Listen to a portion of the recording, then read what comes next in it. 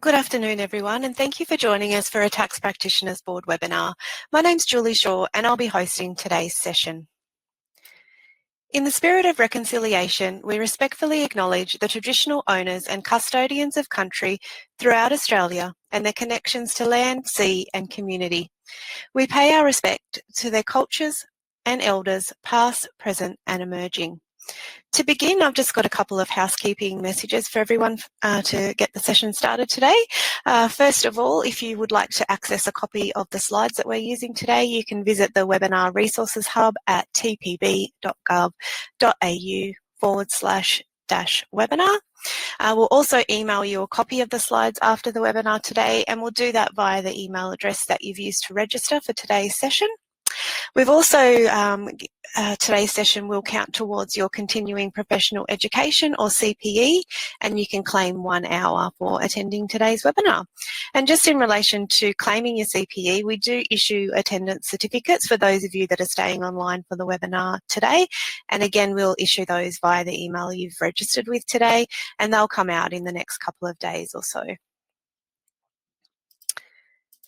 So let's have a look at what we'll be covering today. So in today's webinar, we'll be looking at what cloud computing actually is, what you need to consider when entering into an arrangement.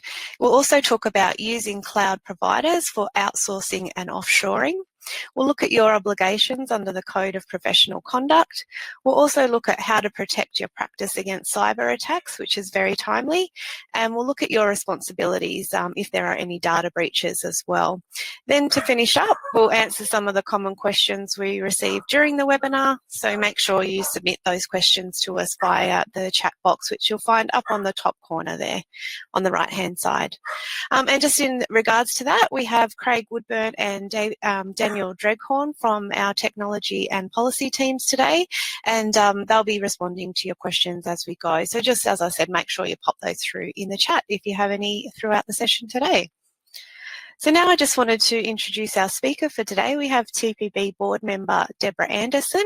Deborah is a registered tax practitioner, and she has an extensive amount of experience as a BAS agent and a tax agent. So she'll be able to help you with all the questions that you have today as well. So thanks for joining us, Deborah. I'll hand over to you now and you can kick off the presentation. Hi, Julie. Thank you. And it's so great to be here, and a really big warm welcome to all of the practitioners online today. I can see we've got well over 2,000. Thanks for taking time out of your busy schedule to spend it with us this afternoon. So my aim today is to give you a better understanding of what your responsibilities are if you're using a cloud service provider to store and or manage client records. So what is cloud computing? Many of you likely use the cloud in your everyday life, even if you don't realise it. So let's set the scene by defining exactly what cloud computing is.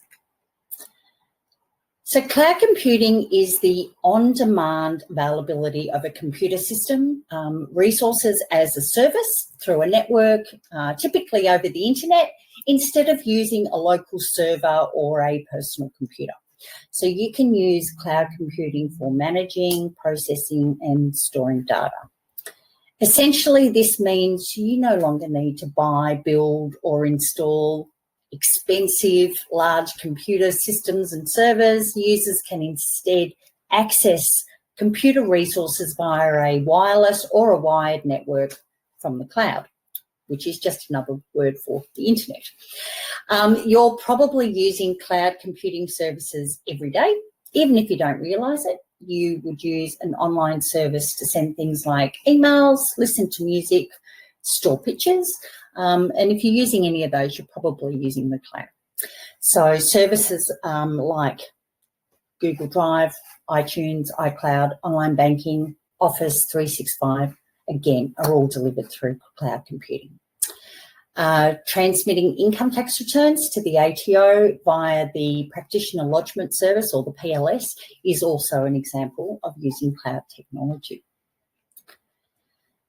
In the last 5, even 10, 15 years, the cloud services have emerged as a driving force for Australian businesses.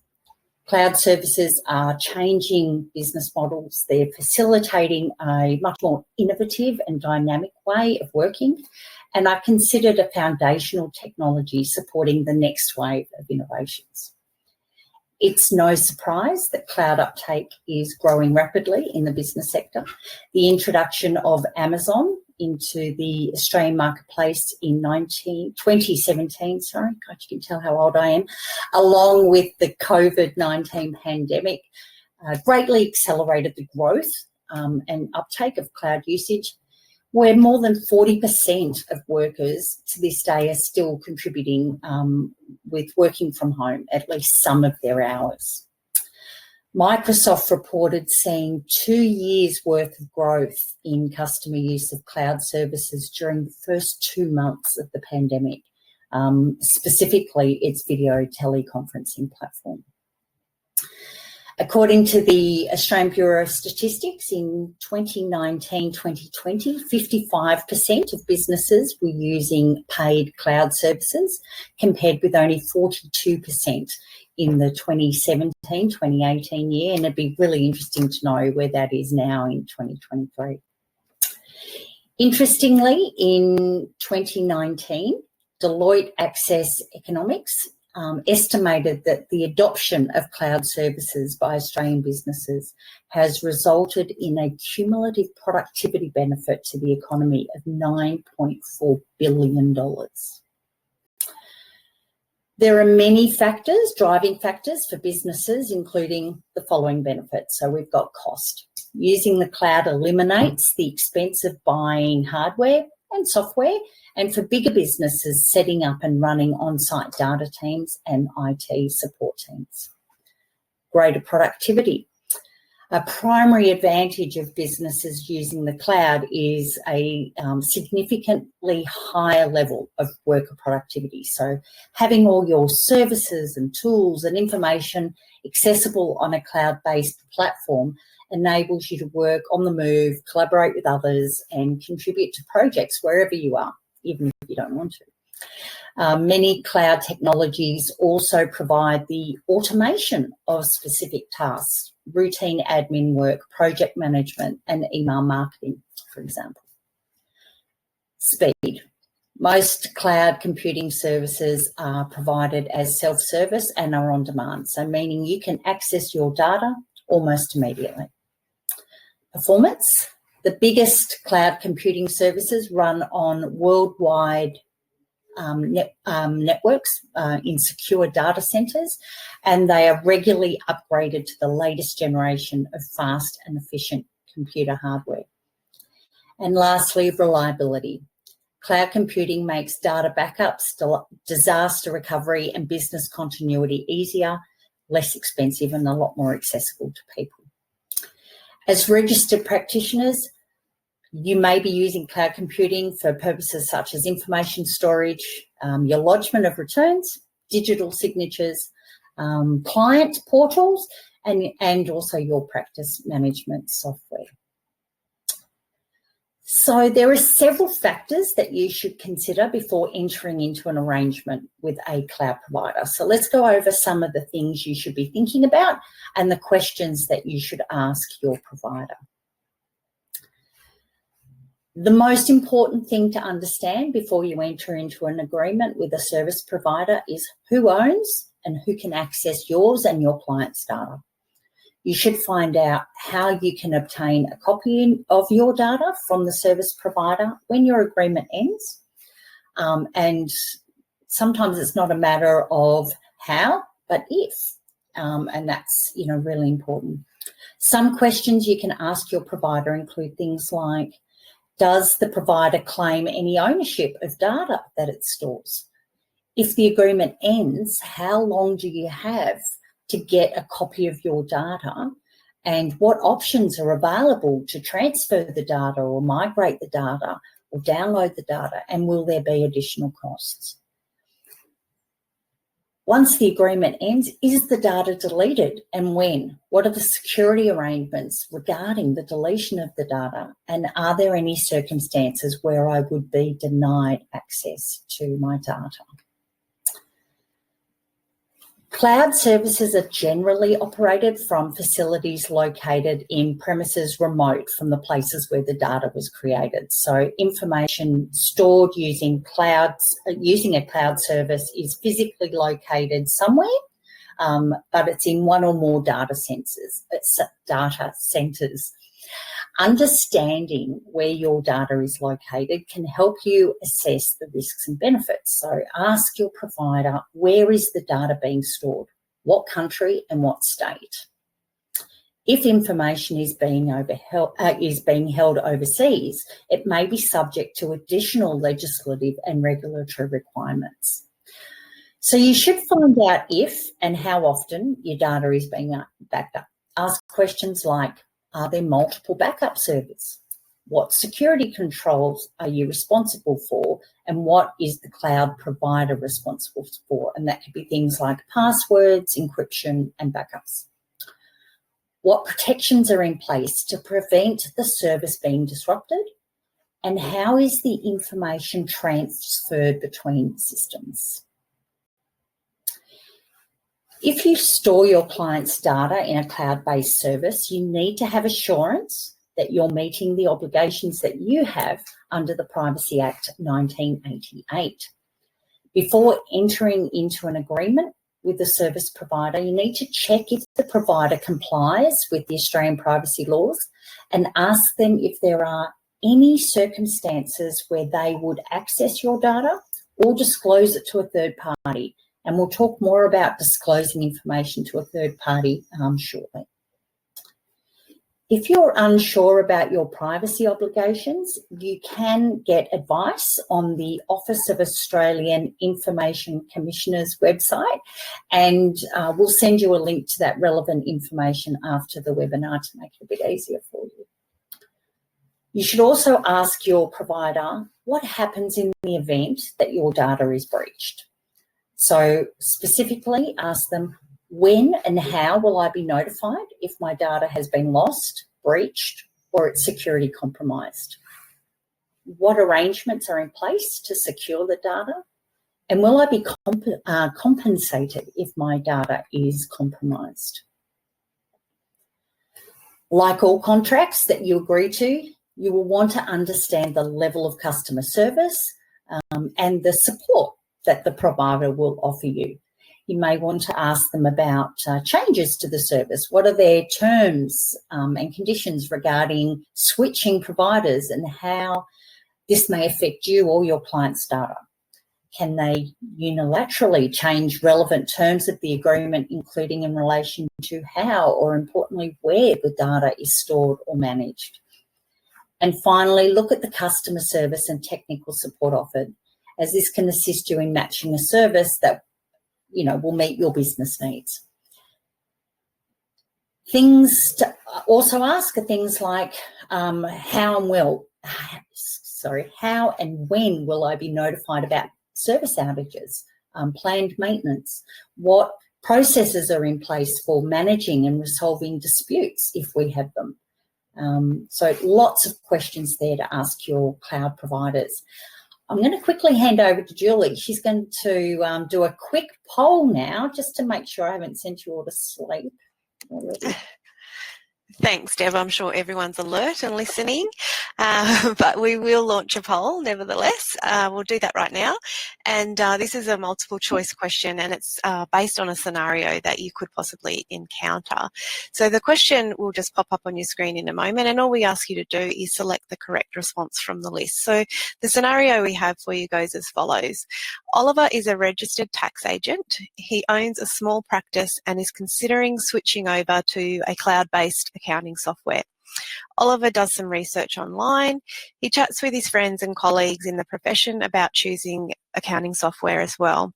So based on recommendations and his research, Oliver selects a service provider and checks their pricing plans on the website. He calls the company to ask questions about where they store their data, who owns the data and can access it, and their approach to the data backup as well. He also asks about their level of customer service and support, and he thinks this meets his needs well. Oliver is satisfied he's found a good provider and he signs up. So the question that we're asking you here in this scenario is, do you think Oliver made adequate considerations before entering into a cloud agreement with the provider that he's chosen? So the options for you there are yes, no, or unsure. So I'll just give you some time to put through your responses and then we will share the results with everyone.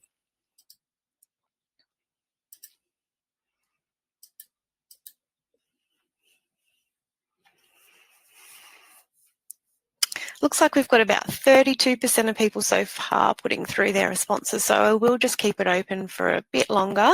If you are having trouble accessing the poll, you can also click on the icon up the top as well, the poll icon.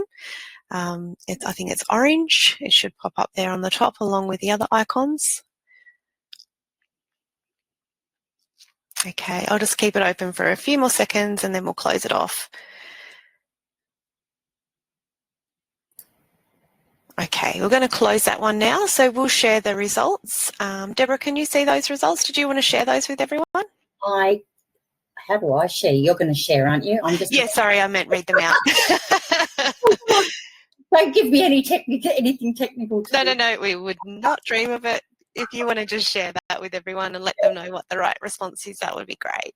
No worries. So in this case, look, overwhelmingly, most people said yes. We've got, is it 75? 75%, yep, and 15% said no, and 10% were unsure. So in this case, Oliver made a really good start in researching and selecting his cloud provider. He asked some appropriate questions around data ownership, access, location, location of the storage, the backups, and the service and support offered. However, he didn't ask them about privacy. So, and what would happen in the unfortunate event of a breach. So, registered practitioners need to be aware of the Privacy Act 1988, which does set out a number of Australian privacy principles which govern the use, storage and disclosure of personal information. So the only thing he should have done that he didn't do is ask, do they comply with Australian privacy laws? Under what circumstances would they access his data or disclose it to a third party? And finally, will he be notified of his if his data has been lost, breached or security compromised? So if in doubt, Oliver should then seek advice from the Office of Australian Information Commissioner. Well, lucky we don't work there, Julie, because that's a mouthful. So on to the next slide. Now I'm going to switch gears here and I'm going to talk about outsourcing and offshoring, and they're very closely linked to the use of cloud technology. Outsourcing and offshoring are becoming increasingly common in modern tax and BAS businesses. And to be clear, using a cloud provider does not necessarily mean you are offshoring or outsourcing work. However, if you are offshoring and or outsourcing, it's very likely that it is through the provision of cloud computing, which is why the issues often go hand in hand. So first, let's look at outsourcing. Outsourcing is where you contract the services you provide to a third party rather than completing them yourself. So this could be things like to reduce costs or to engage a specialist. An example of outsourcing activities includes contracting a third-party external IT provider. So, for example, a host, a cloud-based host for your, say, your website, your emails. Contracting with a third-party entity to undertake specific work. So that might be having another entity do some of your tax and BAS work, or seeking the opinion or advice from a third party, such as another registered tax practitioner or a legal practitioner. And they're very common for things like R&D, quantity surveyors, and even payroll tax. The third party you outsource the work to could be in Australia, and we call that onshore, or they may be located overseas, which is offshore, which is a great segue to offshoring. Offshoring occurs when you transfer a process, a function, a service, or an activity to another country. And this is where it can get confusing, because offshoring does not necessarily mean a third party is involved. If work is transferred from an entity's Australian office to their international office, it is still considered offshoring, even though it's internal. So an example of offshoring might be moving an internal business unit from Australia to another country, no third party involved. It could be engaging a third party in a foreign country to undertake specific work for you, or it could be engaging an overseas third party to host and operate computer infrastructure on the cloud on your behalf. When entering into an outsourcing or offshoring arrangement, there are various factors you could consider, and some of these, and it's not extensive, but some of them include things like, is there a clear definition of the duties, obligations, and responsibility of each of the parties? How is the information transferred, stored, accessed, and archived? What security controls are each party responsible for? Also ensuring that the provider is competent and that there are processes in place to review their work. And importantly, are there any relevant legislative and regulatory requirements? So it's important to understand your obligations when entering into outsourcing and or offshoring arrangements. But before I go into the obligations, we're going to have a look at a really quick example for you. So here we've got Adele, who's a registered tax practitioner, and Adele is looking at ways how she can minimise her practice operating costs. Adele enters into an arrangement with a bookkeeping or a data processing firm overseas to perform the bookkeeping and data processing work for her clients. The information is provided to the processing firm via cloud technology. So in this situation, Adele has entered into an outsourcing agreement because it's a third-party provider, and she's entered into an offshoring arrangement because they are based overseas and not in Australia, and she's using cloud computing to enable this arrangement. So now back to your obligations under the code. So to find out how you manage your obligations as a registered tax practitioner when using the code or participating in offshoring or outsourcing, we look to the Code of Professional Conduct. All registered tax practitioners are bound by the Tax Agent Services Act 2009, or the TASA for short, and contained within the TASA is the Code of Professional Conduct, which here at the TPB we refer to that as the Code.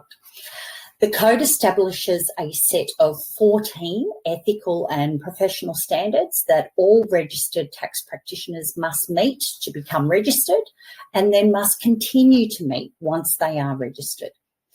In regard to the use of cloud computing and offshoring and outsourcing, there are two code items in particular that warrant your attention, and they are code items 6 and 7.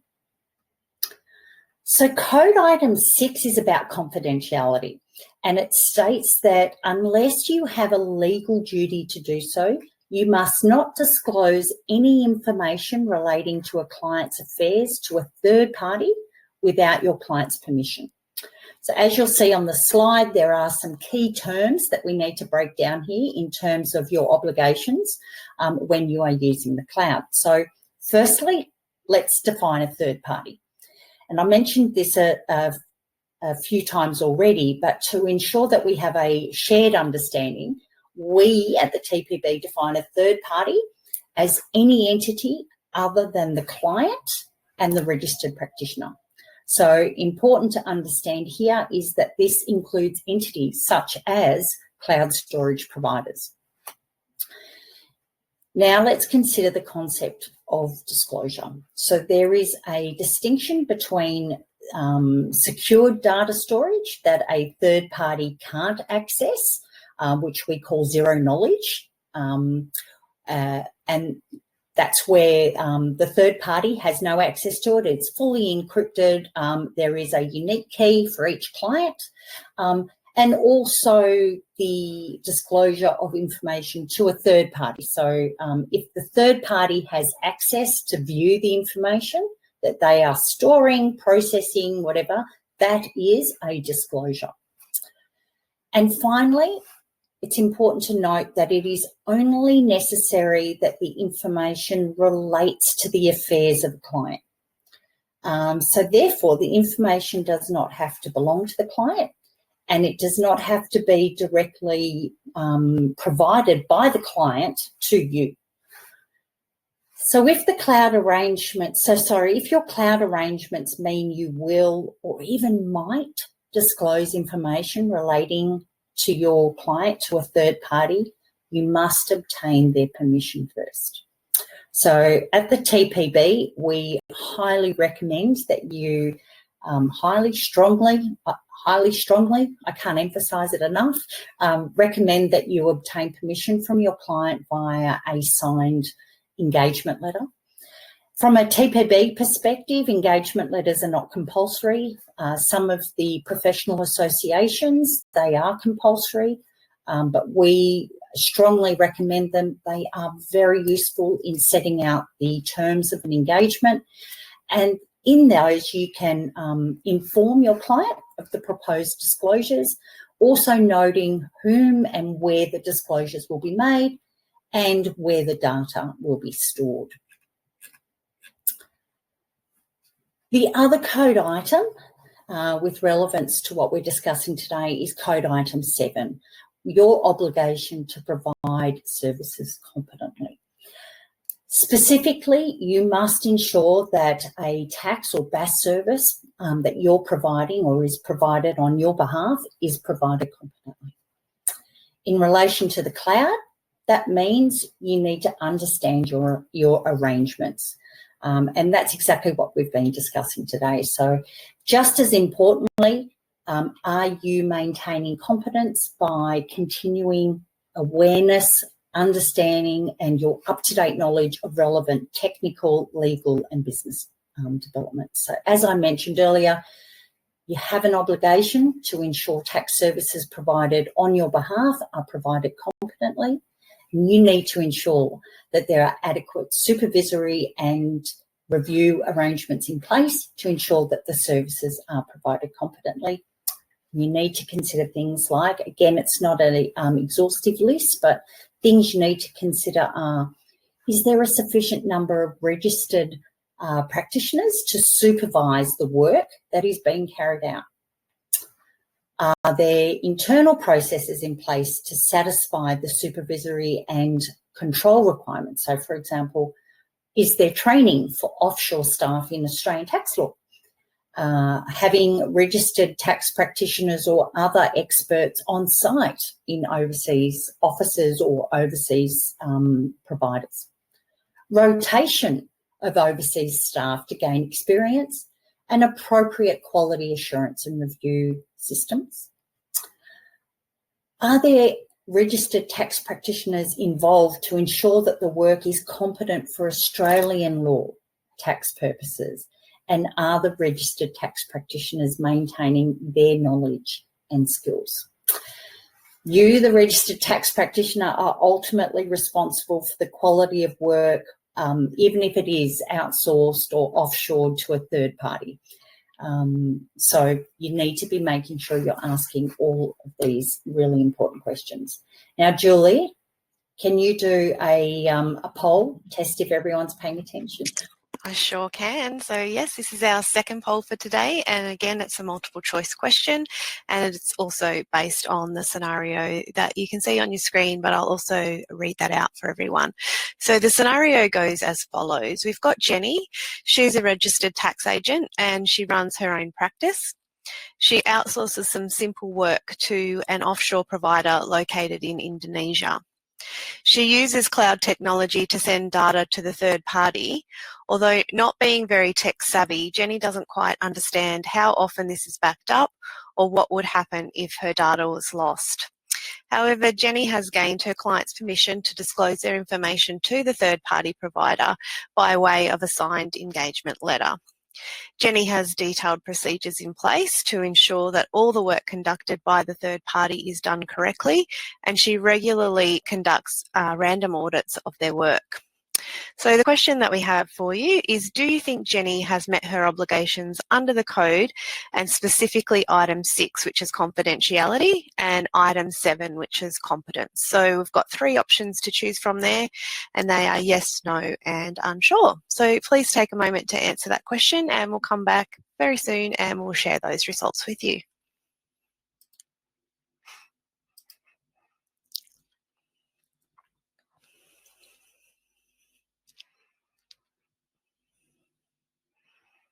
And once again, I'll just mention with the poll, it should just pop up on your screen, but if it doesn't, there is an orange icon on the top right-hand side of your screen that you can click on that will bring the poll up.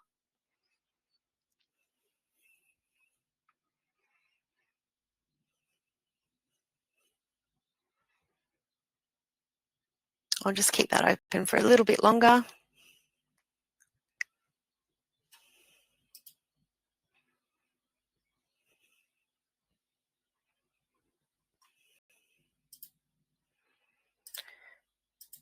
Okay, we might finalise that poll. We'll close that off. And if we can just share those results on the screen, everyone should be able to see those in a moment, but I'll just read them out. We've got roughly 29% of people have responded with yes, 60% have said no, and 11 are unsure. So Deborah, I'll hand back to you, and you can just let us know what the correct response is here. So thanks everyone for participating. Thanks, Julie. Jenny has met her obligations under the code, item 6, by seeking permission from her clients to disclose their information to a third party, so tick. The procedures and processes she has in place, the random audits undertaken on the third party providers' work, for example, are all really positive examples of how Jenny is meeting one of her obligations under the competency code, code 7. Unfortunately for Jenny, competence extends to understanding the arrangements that she has with her cloud provider, and so she's not meeting all her obligations under code item 7. So what she should have asked her provider questions around was their processes for backing up data, and what would happen in the situation if the data was compromised. So had she asked all those questions and just better understood the arrangement for herself, what she was entering into, then she would have most likely met her obligations under code item 7. So whilst we're talking about the code, I'd like to talk about reasonable care. So I'm going to briefly cover code items 9, 10 and 13 in relation to outsourcing and offshoring. So let's have a look at that. Code item 9 states that a practitioner must take reasonable care in ascertaining a client's state of affairs to the extent that ascertaining the state of those affairs is relevant to a statement they are making or a thing they are doing on behalf of the client. It's a bit of a mouthful. And code item 10 states that a tax practitioner must take reasonable care to ensure the taxation laws are applied correctly to the circumstances in relation to which they are providing advice to a client. So when it comes to outsourcing or offshoring tax or BAS agent services, there's no set formula for determining what it means to take reasonable care.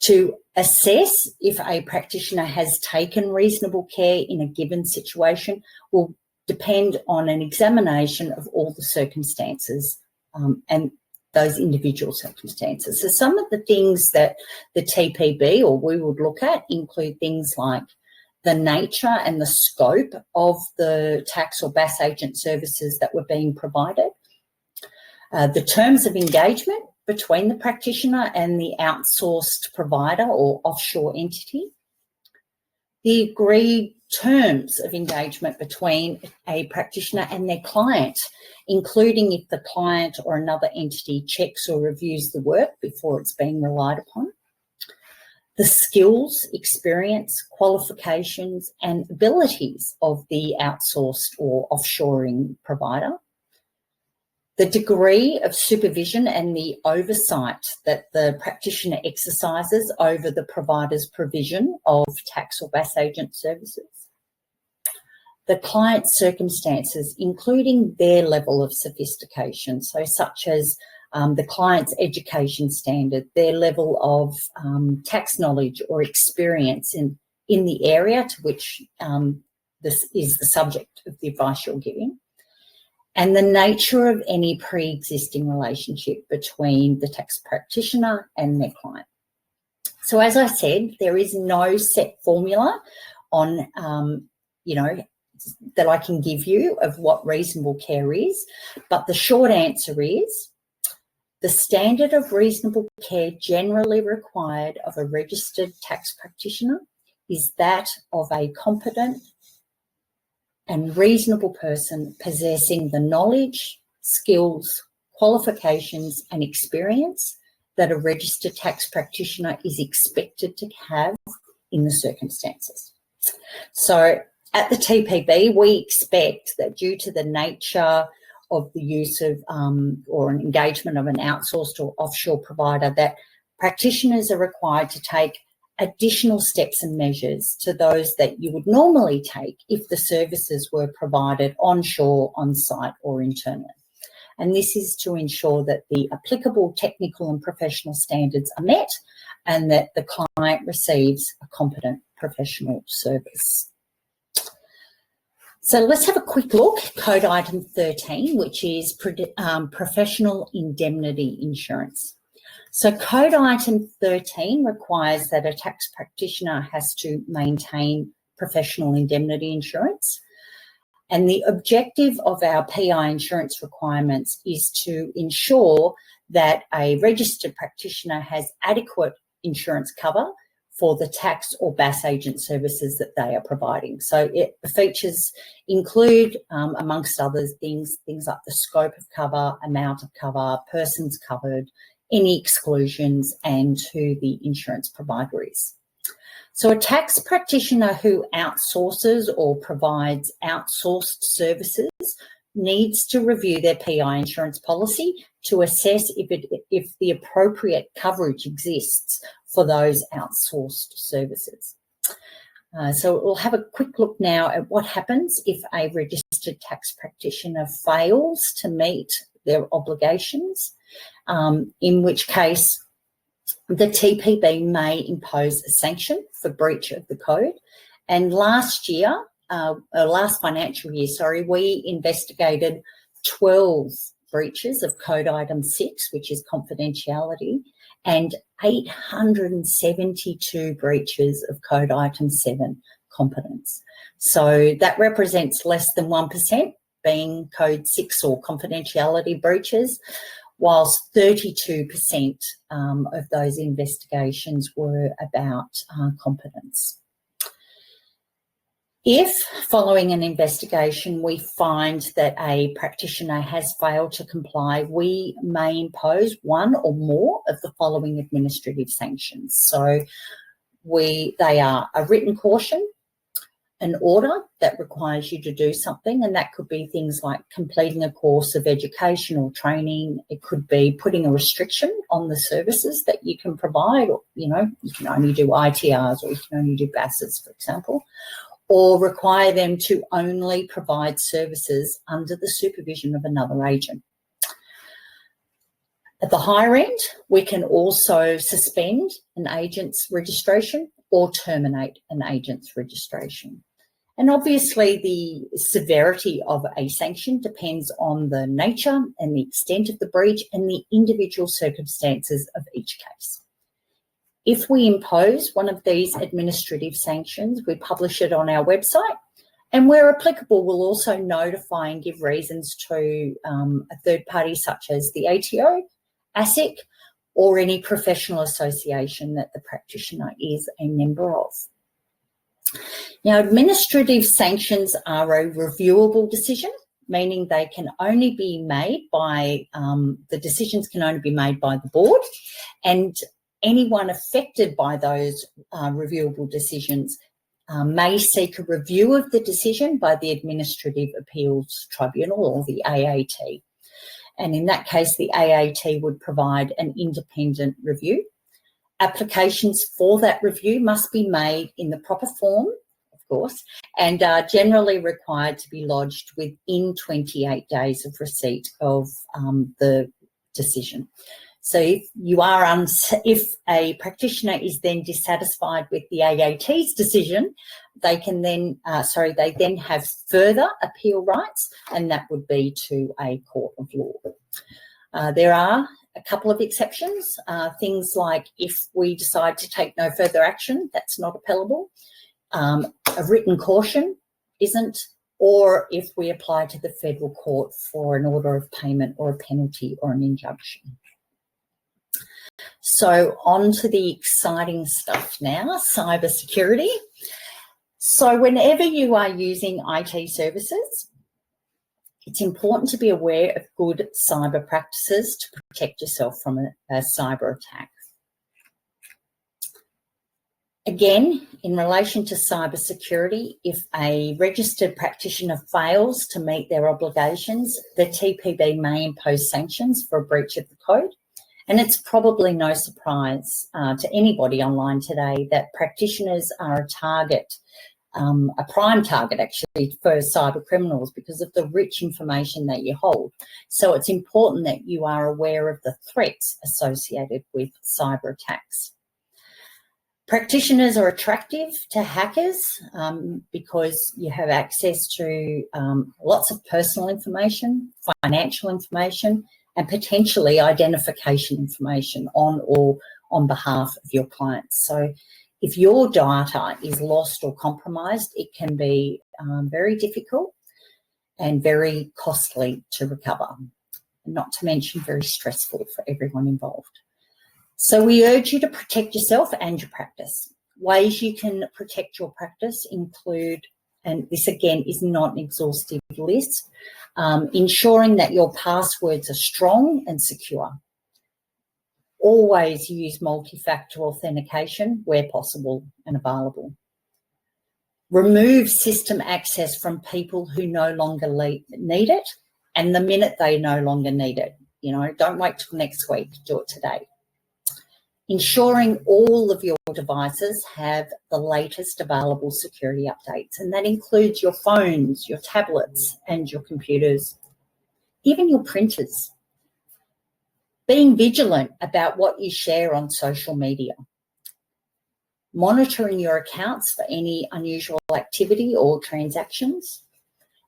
And it's not just when we talk about monitoring your accounts, it's not just bank accounts, it's things like your online systems, like your Xeros, your MYOBs, your QBOs, you know, monitoring things for a change of bank details, change of super funds, anything like that are important to monitor. And last but not least, exercising caution when downloading programs or opening attachments.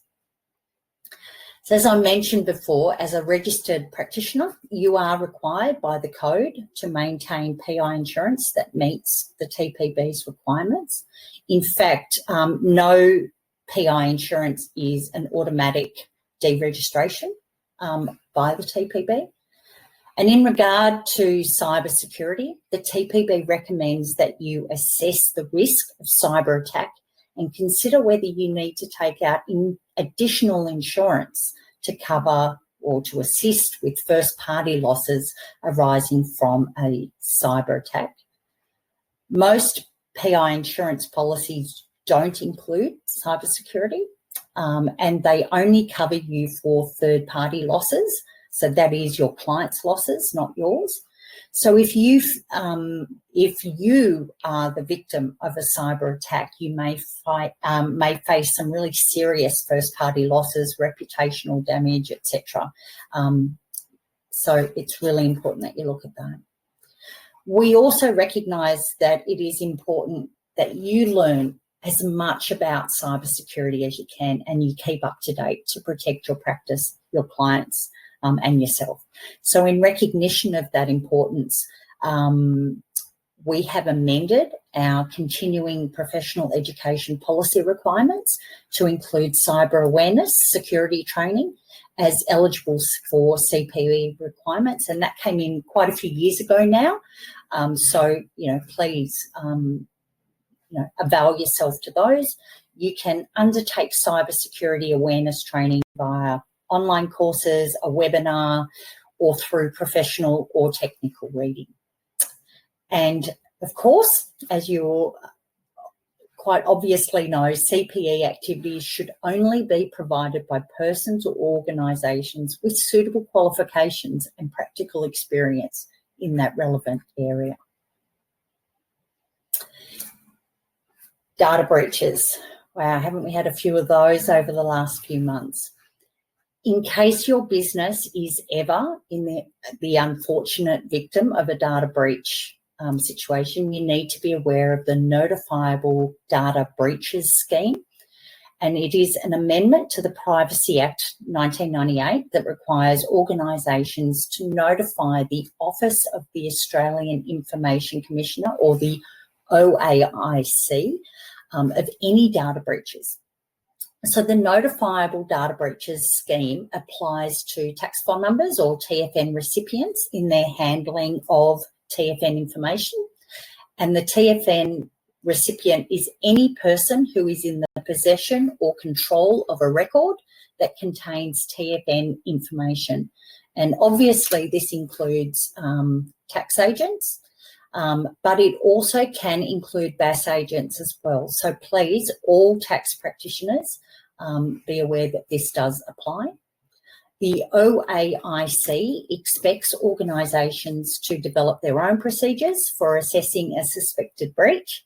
And if we look at breaches between July and December last year, 497 breaches were notified under the scheme, which was a 26% increase on the prior 6 months. And malicious or criminal attacks, which include cyber incidents, remain the leading cause of data breaches, which account for 70% of all notifications. 45% of all data breaches result from cybersecurity incident, and the cyber incident breakdown included 29% ransomware, 27% were compromised or stolen credentials, 23% were phishing attacks, 9% were brute force attacks, 8% was hacking, and 4% was malware. Now, I'm not real good with numbers, but some of that, I don't know, but that's jokes, everyone. Of all the sectors required to report breaches under the Notifiable Breaches scheme, the finance industry reported the second highest number of breaches. And if you can guess who was the first, it was health. So the health sector had the highest number of breaches, finance sector the second. And that's why we highly recommend that you review your practices, review your procedures and systems for securing your personal information, not only to comply with the scheme, but also to protect yourself, your business and your clients. So I highly recommend you look at the information about the Notifiable Data Breach Scheme on our website, and we will send you a link to that after the webinar as well. Now, Julie, we're doing really good time for once. I'm not going over. So have we got any questions? We certainly do. We've had a lot of questions. I've been keeping Daniel and Craig busy in the chat, but I'll put some of those to you, Deborah, so we can share them. Share the love. So the first question that I have for you is, how can a tax practitioner supervise work that's outsourced to an overseas company? So again, there's no standard process. Every situation is individual, but what you might want to consider are things like, and I think we've got a really good note on this one too, Julie, on the website as well, like really good information on this. So make sure you have a look at that. Things to consider: the level and the depth of physical oversight of the person or the processes and the services. So if the person's sitting next to you, that obviously is a lot more oversight than if the person is sitting in, say, Malaysia, right? So consider those. There must be substantial supervision. So merely just checking a document that was prepared by an unskilled person to make sure whether the document seems reasonable is not sufficient degree of control and supervision, right? So you need to, at the very least, do spot checks, periodic checks of the material that was prepared, the source documents, and ask questions. Ensuring that the staff engaged to provide the services are also adequately trained, have adequate levels of education, and understand the relevant tax legislation, which is particularly important if they're not based in Australia.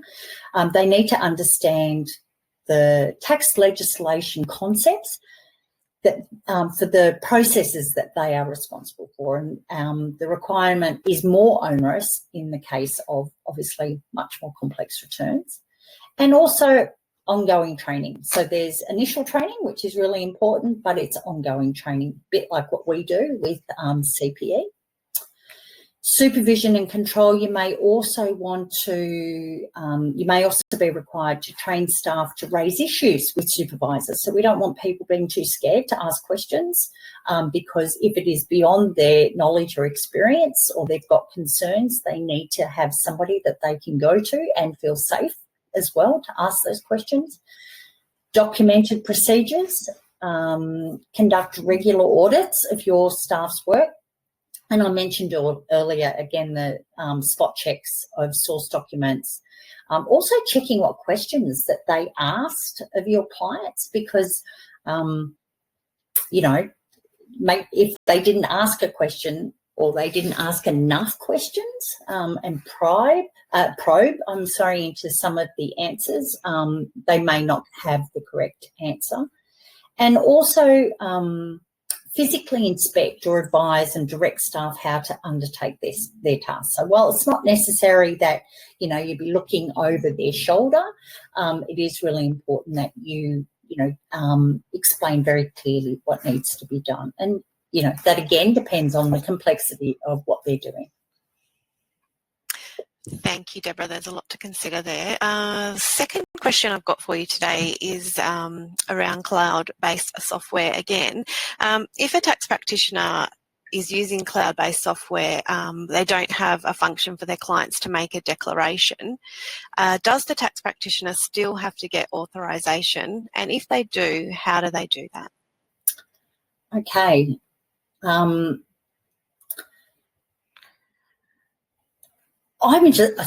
stunned that a cloud software wouldn't have a function for a declaration in the first place. But anyway, so you're right. The Taxation Administration Act 1953 requires that you must first get a signed declaration in writing from your client every single time you lodge an approved form on behalf of your client. So an approved form, I know it sounds nebulous, but approved form is actually it's defined. So things like an activity statement is an approved form, a tax return is an approved form, TPAR is an approved form. So things like that. It does not mean that you require an authorisation every time you call the ATO or contact the ATO on behalf of your clients, but you must do it for approved forms. If your software does not have that functionality for that declaration to be made, you can make or use a separate declaration, and that can be via email or letter, but it needs to clearly state which document is being authorised for lodgement. So it needs to say, I'm the March 2023, business activity statement for this entity, etc., is being lodged. And your client needs to keep the declaration or a copy of that declaration for 5 years. And we strongly recommend you also keep a copy of the declaration for your own records. And the copy can be stored electronically, it can be stored in paper, or paper declarations can be scanned and stored electronically as well. Thanks, Deborah. You also spoke about the notifiable data breaches scheme today, and we've got someone asking here, how do tax practitioners make sure that they're compliant with the scheme? Have you got some advice on that for us? Yeah, look, we recommend that you review your policies, procedures, systems, practices for securing personal information to make sure that you comply with those provisions. To do that, review your current information security practices, procedures, systems, ensure that they're adequate, including taking steps to ensure all security software and controls are up to date. Remove access from people who no longer require these accesses. Do not share access with people. Don't take information you don't need from clients. Preparing data breach response plan or updating a current plan, and you need to be updating all the time. This landscape is changing all the time to ensure the ability to respond quickly to suspected data breaches and how, and provide training to relevant staff, anybody that may have to respond in case there is a data breach. So the OAIC, they provide a really useful one-page flowchart that summarises what to do in the event of a data breach. I'm not sure, do we have it on our website, or can we send a link after this, Julie? Yeah, we'll add that to our links, definitely. Great, thank you. Yeah, no problem. So the big question for you today, Deborah, is the cloud safe? Oh, stop it. Look, the cloud is as safe as a physical environment, okay? However, you have to have the proper controls in place, right? So the physical environment is only good if you lock the door. If you give everyone a key, it's not safe anymore, right? And so that's, I guess, the same thing with your systems and cloud systems. The way the cloud works is by using what's called a multi-tenancy. So in cloud terms, that means that resources are shared by consumers as part of the software service. So that usually means that the infrastructure where the software is stored is shared. And as a result, the safety of the data is highly dependent on the controls and the infrastructure in place, which is why it's really important that you ask all those questions that we talked about earlier, but it's also why you need to make sure that your systems and processes are in place. And one of the things that constantly surprises me is people sharing their MyGov ID still, people sharing passwords into their systems online. We had a case at the Board Conduct Committee a couple of weeks ago where someone just had their clients logging bank details up on the wall. All of this makes it unsafe, and it's not because the cloud is unsafe, it's because the people are making the cloud unsafe. So anyway, off my high horse now. Thanks, Deborah. We've got a little bit of time left, so I'll ask you one more question and then we might finish at that. So this one's going back to cyber attacks, and I'm just wondering if there's any information you can give about signs to look for to know that you have been impacted by a cyber attack. Okay. First thing here is I'd suggest you have a look at the guidelines for cybersecurity incidents on the ACSC website. Julie, if you can include that link, that would be great. A lot of the password managers and the monitoring software that you can get have features that enable you to check if any of your credentials, personal credentials, have been compromised and published on the dark web. And after the big three that have happened in the last 6 months, we've probably got all our credentials on the web somewhere. But it's, you want to have a heads up on that. There are also things like YouPorn, where you can go in and it will tell you whether your credentials have been compromised. But look, if something weird starts happening on your computer, if people start contacting you and saying they're getting weird stuff, you know, that's a sign. Look for it. Don't ignore it. But the best thing is prevention. So if you can do that, I recommend doing that. Thanks, Deborah. That's really good advice, and I think a good way to end today's session. So I just want to finish up by giving some information on how to stay in touch. I'd like to encourage everyone to follow us on our social media channels. You can do that on LinkedIn, Facebook and Twitter, and that's where we will keep you up to date with the latest information available. We also have our monthly e-news that goes out, which is our newsletter, and you can subscribe to that by jumping on our website at tpb.gov.au/newsroom. You can also register for more of our webinars if you're interested, and once again that will be on our website at tpb.gov.au/webinars, and you can also subscribe to our YouTube channel. So we do actually record all of our webinars, and we've got quite a comprehensive library now on our YouTube channel of webinars, so you can jump on there and watch those. And the good news about that is that you can also count that towards your CPE as well. So just now to finish up for the day, I want to say a big thank you to Deborah for providing all that useful information, and thank you also to Craig and Daniel for assisting with the questions today.